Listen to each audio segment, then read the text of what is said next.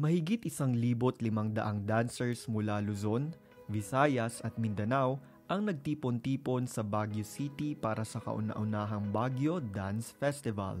Nitong Abril 23 hanggang 26, 2025, naging sentro ng saya at talento ang summer capital ng Pilipinas. Tampok ang dance sport, breaking, hip-hop battles, street dance crews at makukulay na cultural dance showdown.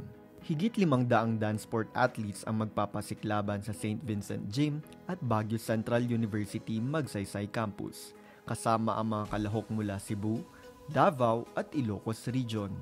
Samantala, aabot din sa 500 street dancers ang magtatagisan sa 1v1 at crew battle sa Bakaking Central Barangay Gym upang ipakita ang galing sa freestyle at urban dance moves.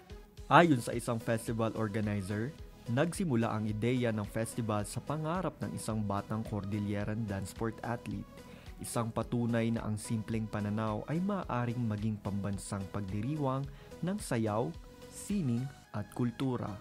Sa temang Sway to the Summit, Dancing Beyond Borders, inaasahang magtatakda ang Baguio Dance Festival ng bagong pamantayan sa mga dance events. So why not try the dance festival? Kasi yung kasama ko si Miss Heart, actually she's the one who talagang pushed through this activity kasi yung son niya is a dance sport competitor and they always go out ng Baguio para lang makipag-compete somewhere, Palawan, like that. So why not bring it here in Baguio? Si Baguio naman, given na isa siya sa UNESCO Creative City. Isa rin sa mga pinakahihintay ang National Breaking Championship ng Philippine Dance Sport Federation Incorporation kung saan ang mga mananalo ay magiging bahagi ng Philippine team. Ang mga kampyon ng Baguio Dance Festival 2025 ay hindi lamang tatanggap ng tropeyo at parangal.